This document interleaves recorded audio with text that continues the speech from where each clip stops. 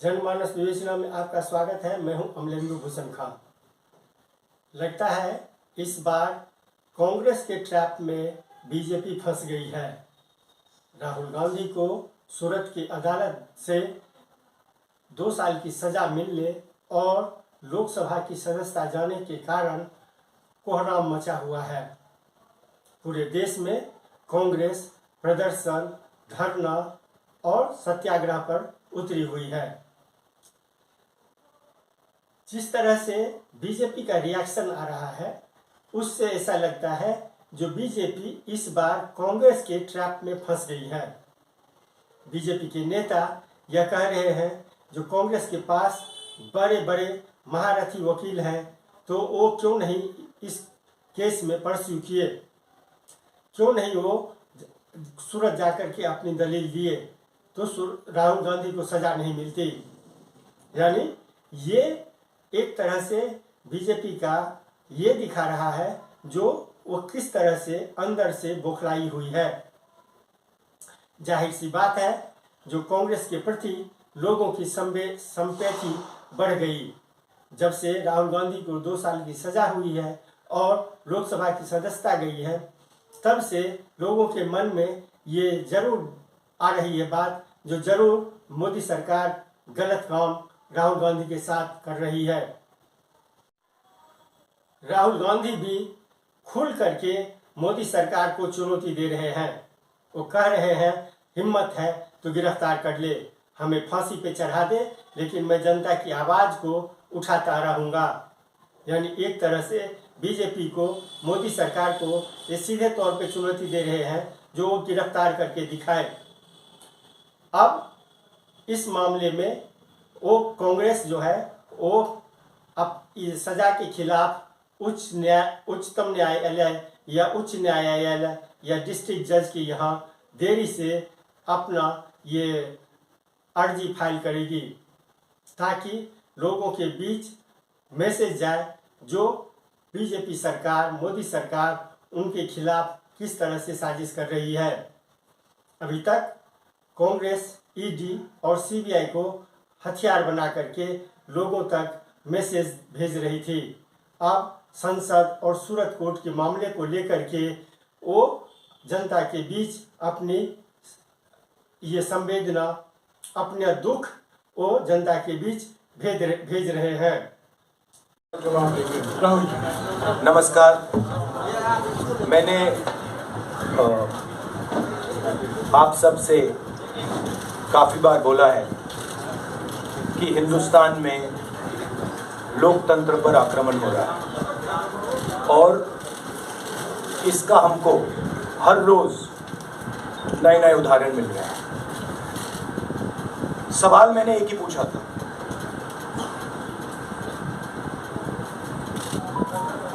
Foundation पे जाता हूँ, अदानी जी की शेल कंपनीज हैं, अदानी जी की शेल कंपनीज हैं, उसमें 20,000 करोड़ रुपया किसी ने इन्वेस्ट किया। अदानी जी का पैसा नहीं है, अदानी जी का इंफ्रास्ट्रक्चर बिजनेस है, पैसा किसी और का है। सवाल ये है, ये जो 20,000 करोड़ रुपए हैं ये किसके हैं? ये सवाल मैंने पूछा।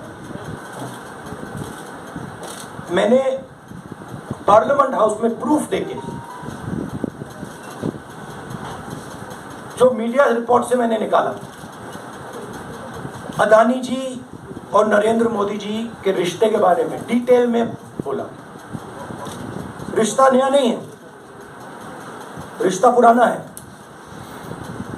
जब नरेंद्र मोदी जी गुजरात के सीएम बने थे तब से रिश्ता है और उसके बहुत सारे पब्लिक प्रूफ्स हैं।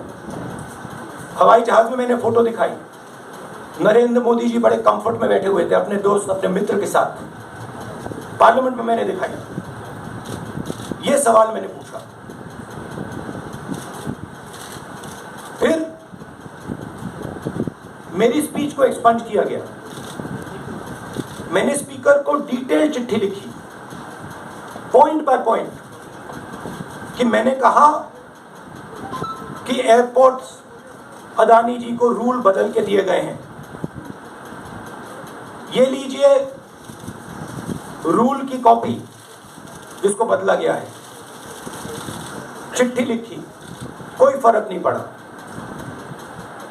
फिर मेरे बारे में मंत्रियों ने पार्लियामेंट में झूठ बोला कि मैंने विदेशी ताकतों से मदद मांगी। मैंने ऐसी कोई बात नहीं की है। मैंने कहा स्पीकर से, मैंने जाके कहा स्पीकर सर, पार्लियामेंट का नियम है कि अगर किसी मेंबर पर कोई एक्यूजेशन लगाता है तो उस मेंबर को जवाब देने का हक होता है। मैंने एक चिट्ठी लिखी, उस चिट्ठी का जवाब नहीं आया। दूसरी चिट्ठी लिखी, उस चिट्ठी का जवाब नहीं आया। फिर मैं स्पीकर के चेंबर में गया। मैंने स्पीकर सर से कहा, स्पीकर सर ये कानून है, ये रूल है, इन्होंने झूठा आरोप लगाया है, मुझे आप बोलने क्यों नहीं दे रहे हैं? स्पीकर सर मुस्कुराते हैं, कहते मैं नहीं कर सकता। और फिर उसके बाद आपने सबने देखा क्या हुआ। सवाल पूछना मैं बंद नहीं करूंगा।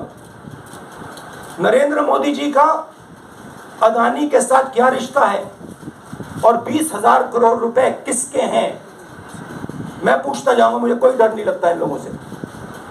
और अगर ये सोचें कि मुझे डिस्क्वालीफाई करके, धमका के, जेल में डाल के मुझे बंद कर सकते, नहीं, मेरी वो हिस्ट्री नहीं है। मैं हिंदुस्तान के लोकतंत्र के लिए लड़ रहा हूं और मैं हिंदुस्तान के लोकतंत्र के लिए लड़ता रहूंगा, किसी चीज से नहीं डरता हूं। राहुल गांधी पत्रकारों से जिस तरह से मुखातिब हुए और जिस ये आत्मबल और जिस दमखम के साथ वो पत्रकारों से मुखातिब हुए थे, ऐसा लग रहा था जो राहुल गांधी अब आर पार की लड़ाई में है। चाहे पूरे देश में वो एक अभियान चला करके, कांग्रेस पार्टी अभियान चला करके, धरना प्रदर्शन सत्याग्रह करके जनता के बीच मैसेज देने में अब अपना कोई कोर कसर छोड़ने वाले नहीं हैं। राहुल गांधी के साथ पूरे कांग्रेस पार्टी सभी राज्यों में सोमवार को धरना प्रदर्शन करेंगे, गिरफ्तारियां देंगे। खास करके उन बीजेपी शासित राज्यों में कांग्रेस का ध्यान सबसे ज़्यादा रहेगा जहां बीजेपी सत्ता में है। बीजेपी शासित राज्यों में कांग्रेस अपना पुरजोर दमखम, पुरजोर कोशिश करेगी जो वो जनता को इस मामले में सारी बात पहुंचाए, गांव-गांव तक बातें पहुंचे। अडानी के मामले को लेकर के राहुल गांधी को जिस तरह से सजा दी गई है उसके खिलाफ, तो ये अब एक कांग्रेस का बहुत बड़ा राजनीतिक हथियार बन गया है। नमस्कार, जनमानस विवेचना में आपका स्वागत है। मैं हूं अमलेंदु भूषण खां।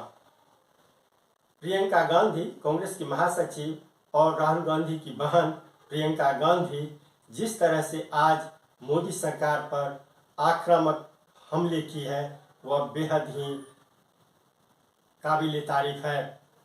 प्रियंका ने अपने माता, अपने पिता और अपनी दादी की शहादत को याद करते हुए कहा, जो जिस परिवार ने जिन परिवार से दो शहीद हुए हैं देश के लिए, उसे देशद्रोही, राष्ट्रद्रोही करार दिया जा रहा है। लोगों के बीच इस बात अब देखना यह होगा कि कांग्रेस पार्टी इस मामले को, राहुल गांधी की सदस्यता के मामले को, राहुल गांधी की सजा को लेकर के किस तरह से जनता के बीच अपनी बात पहुंचाने में कितना सफल होती है। यह तो 2024 के लोकसभा चुनाव के परिणाम ही बता पाएंगे। लेकिन जो एक लड़ाई है, 2024 की जो लड़ाई है वो अभी से ही शुरू हो गई है। अभी काफ़ी समय है लोकसभा चुनाव में, लेकिन राजनीतिक लड़ाई, सड़कों की लड़ाई अब पूरी तरह से दोनों पार्टी, बीजेपी और कांग्रेस, दोनों पार्टियां सड़कों पर जनता के बीच में लड़ने का तैयार है। आज के लिए बस इतना ही, हमें दीजिए आज्ञा। नमस्कार। आप मेरे चैनल को जरूर सब्सक्राइब करें और लाइक करें। आपका बहुत बहुत धन्यवाद।